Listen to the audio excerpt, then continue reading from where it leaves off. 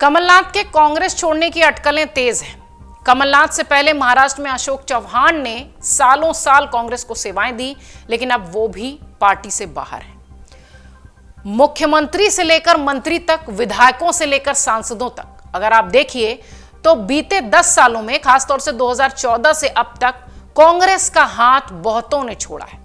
एक छोटी सी लिस्ट हमने अपनी इस रिपोर्ट के जरिए तैयार की है कि लोकसभा चुनाव से पहले कांग्रेस को जो बड़ा झटका लगा है वो पिछले 10 सालों से लगातार समय समय पर लगता रह रहा है।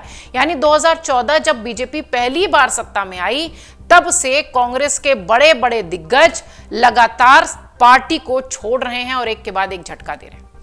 अब मध्य प्रदेश के दिग्गज नेता कमलनाथ के बीजेपी में शामिल होने की अटकलें हैं। हालांकि जब से कांग्रेस केंद्रीय सत्ता से बाहर हुई है, कई ऐसे नेता हैं जो कि लगातार पार्टी का दामन छोड़ रहे हैं। हाल ही में महाराष्ट्र के 2 बड़े नेताओं में, जिनकी हमने बात की, मिलिंद देवड़ा और अशोक चव्हाण ने पार्टी को अलविदा कह दिया। ये वो 2 लोग थे जो कि हमेशा से पार्टी के साथ रहे हैं और अशोक चव्हाण को तो मुख्यमंत्री भी पार्टी ने बनाया है। 2014 के बाद से कांग्रेस ने किन किन नेताओं को खोया है, किन किन नेताओं ने पार्टी छोड़ी है, 2019 के बाद पार्टी की स्थिति क्या हुई है और 2024 लोकसभा चुनाव से पहले किन नेताओं ने पार्टी का साथ छोड़ा है और किन नेताओं ने पार्टी छोड़ी है, ये सब हम आपको बताने की कोशिश करेंगे अपनी इस रिपोर्ट में। 2021 में एसोसिएशन फॉर डेमोक्रेटिक रिफॉर्म यानी एडीआर की एक रिपोर्ट सामने आई थी। यह रिपोर्ट 1133 चुनावी उम्मीदवार और 500 सांसदों और विधायकों के शपथ पत्र के आधार पर बनाई गई थी। ये वो नेता थे जिन्होंने 2014 के बाद से लोकसभा और विधानसभा चुनावों के दौरान दल बदल कर चुनाव लड़ा था, पाला बदल कर चुनाव लड़ा था। इस रिपोर्ट के मुताबिक 2014 के बाद से कांग्रेस के नेताओं ने सबसे ज्यादा दल बदल किया। इसका फायदा ही नरेंद्र मोदी देश के प्रधानमंत्री बनने के बाद बीजेपी को सबसे ज्यादा हुआ। उस वक्त की रिपोर्ट में कहा गया कि कुल दल बदल में लगभग 35% विधायक और सांसद 2014 से 2021 के बीच कांग्रेस से अलग हुए हैं। रिपोर्ट में यह भी कहा गया कि पाला बदलने वाले लगभग 35% विधायक बीजेपी में शामिल हुए हैं। कांग्रेस के 20% चुनावी उम्मीदवारों ने पार्टी छोड़ी है। रिपोर्ट में यह भी कहा गया कि 2014 से 2021 के बीच कांग्रेस पार्टी से कुल 399 नेताओं ने दल बदले हैं। 2014 में नरेंद्र मोदी के सत्ता में आने के बाद कई छोटे छोटे नेताओं के अलावा कांग्रेस ने कई बड़े नेताओं को भी खोया है। पार्टी से उन्होंने अलविदा कहा है। हालांकि 2019 में जब नरेंद्र मोदी के नेतृत्व में बीजेपी दोबारा सत्ता में आई तो कांग्रेस की स्थिति और ज्यादा बिगड़ गई। एक एक करके कई दिग्गज उभरते चेहरे पार्टी छोड़कर चले गए। 10987 के हिसाब से आपको आगे बढ़ते हैं। सबसे पहला नाम अल्पेश ठाकोर। कांग्रेस से विधायक रहे अल्पेश ठाकोर ने जुलाई 2019 में राज्यसभा उपचुनाव में पार्टी उम्मीदवार के खिलाफ मतदान करने के बाद पार्टी छोड़ दी। कुछ दिनों बाद वो बीजेपी में शामिल हो गए। उन्हें राधापुर से उपचुनाव के लिए मैदान में उतारा गया, लेकिन वो चुनाव हार गए। हालांकि साल 2022 में हुए चुनाव में उन्होंने गांधीनगर दक्षिण से जीत हासिल की। बड़ा नाम थे, युवा नेता रहे हैं।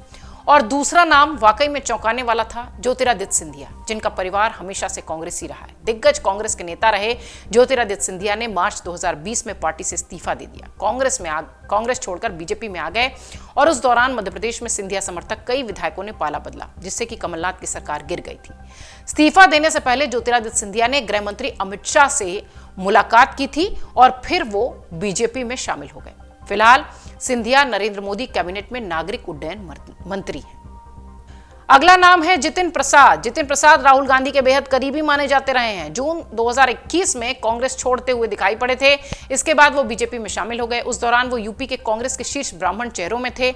अभी वो योगी सरकार में मंत्री हैं। सुष्मिता देव, महिला कांग्रेस की पूर्व अध्यक्ष सुष्मिता देव ने 2021 अगस्त में इस्तीफा दे दिया। बाद में वो तृणमूल कांग्रेस में शामिल हुई। सितंबर 2021 में टीएमसी ने उन्हें राज्यसभा भेज दिया और 2023 तक वो संसद के उच्च सदन की सदस्य रहीं। वर्तमान में भी वो तृणमूल कांग्रेस की राष्ट्रीय प्रवक्ता हैं। सुष्मिता को टीएमसी फिर से राज्यसभा भेज रही है। आरपीएन सिंह, पूर्व केंद्रीय मंत्री, जनवरी 2022 में कांग्रेस से अलग होते दिखाई पड़े। उन्होंने उत्तर प्रदेश विधानसभा चुनाव से ठीक पहले पार्टी को छोड़ दिया। हाल ही में बीजेपी ने उन्हें राज्यसभा चुनाव के लिए यूपी में अपना बड़ा उम्मीदवार बनाया है। इस फहरिस्त का अगला नाम है अश्विनी कुमार। पूर्व केंद्रीय मंत्री अश्विनी कुमार ने पंजाब विधानसभा चुनाव से कुछ दिन पहले फरवरी 2022 में कांग्रेस को इस्तीफा दे दिया। अश्विनी कुमार यूपीए सरकार के दौरान केंद्रीय कानून मंत्री थे। उन्होंने कई वर्षों तक कांग्रेस के लिए काम किया और बाद में अलविदा कह गए। सुनील जाखड़ पंजाब कांग्रेस के अध्यक्ष थे और 2022 मई में उन्होंने पार्टी छोड़ दी। जाखड़ ने तत्कालीन मुख्यमंत्री चरणजीत सिंह चन्नी की आलोचना करने के लिए नेतृत्व द्वारा कारण बताओ नोटिस मिलने के बाद यह कदम उठा दिया। बाद में जाखड़ बीजेपी में शामिल हुए। वहीं जुलाई 2023 में बीजेपी ने उन्हें पंजाब इकाई का प्रमुख भी बना दिया। हार्दिक पटेल गुजरात के पाटीदार नेता और कांग्रेस से ही अपनी बातचीत आगे बढ़ाने वाले हार्दिक पटेल मई 2022 में कांग्रेस छोड़ते दिखाई पड़े। हार्दिक को 2019 में पार्टी में राहुल ही लेकर आए थे। हार्दिक पटेल ने अपने इस्तीफे में लिखा कि पार्टी के ज्यादातर बड़े नेता अपने फोन में व्यस्त रहते हैं। त्यागपत्र देने के बाद वो बीजेपी का हिस्सा बने। कपिल सिब्बल वो कद्दावर नेता जिसने हमेशा कांग्रेस को हर समय संभाला है। पूर्व केंद्रीय मंत्री कपिल सिब्बल भी पार्टी छोड़ने वालों की सूची में शामिल हो गए। मई 2022 में उन्होंने कांग्रेस से इस्तीफा दे दिया। बाद में वो समाजवादी पार्टी के समर्थन से निर्दलीय उम्मीदवार के तौर पर जीतकर राज्यसभा पहुंचे। इस वक्त वो राज्यसभा में है। गुलाम नबी आजाद वो बड़ा नाम जो कि जब कांग्रेस पार्टी से अलग हुआ तो लगा कि झटका है। कांग्रेस के दिग्गज नेता रहे गुलाम नबी आजाद ने अगस्त 2022 में इस्तीफा दिया। सबसे पुरानी पार्टी के लिए एक बहुत बड़ा झटका था ये। उन्होंने जम्मू कश्मीर में डेमोक्रेटिक प्रोग्रेसिव आजाद पार्टी के नाम से अपना दल बना लिया।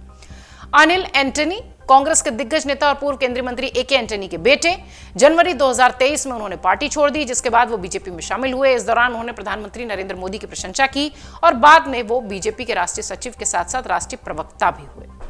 और हाल ही में मिलिंद देवड़ा चुनावी साल 2024 भी कांग्रेस के लिए बुरी खबर लेकर आया। 14 जनवरी 2024 को महाराष्ट्र से दिग्गज नेता और पूर्व केंद्रीय मंत्री मिलिंद देवड़ा ने कांग्रेस की प्राथमिक सदस्यता से इस्तीफा दे दिया और वो शिवसेना में शामिल हो गए। महाराष्ट्र के मुख्यमंत्री एकनाथ शिंदे की मौजूदगी में उन्होंने पार्टी का दामन थाम लिया। शिवसेना में शामिल होने से संदर्भ उद्धव ठाकरे और एकनाथ शिंदे दो अलग जो शिवसेना है, उन्होंने एकनाथ शिंदे की शिवसेना शामिल की, मतलब उसका हाथ थामा। कांग्रेस से आने वाले मिलिंद देवड़ा को शिवसेना ने राज्यसभा चुनाव के लिए अपना उम्मीदवार फिलहाल बना दिया है।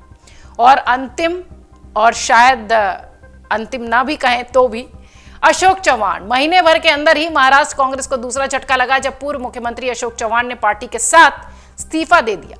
12 फरवरी 2024 को उन्होंने भोकर विधानसभा क्षेत्र से विधायक के रूप में अपना इस्तीफा दिया। इसके अगले दिन यानी 13 फरवरी को चव्हाण उप मुख्यमंत्री देवेंद्र फडणवीस के साथ दिखाई पड़े और बीजेपी की सदस्यता ले ली।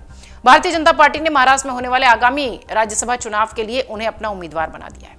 ये जो लिस्ट थी, जैसा कि हमने अशोक चव्हाण के नाम के साथ भी कहा कि हो सकता हो ये अंतिम ही हो, क्योंकि कांग्रेस पार्टी कुछ ऐसा ही चाहेगी, लेकिन ऐसा नहीं हुआ। कमलनाथ का नाम बहुत तेजी से रेस में चलने लगा कि अब वो भी पार्टी छोड़ने जा रहे हैं।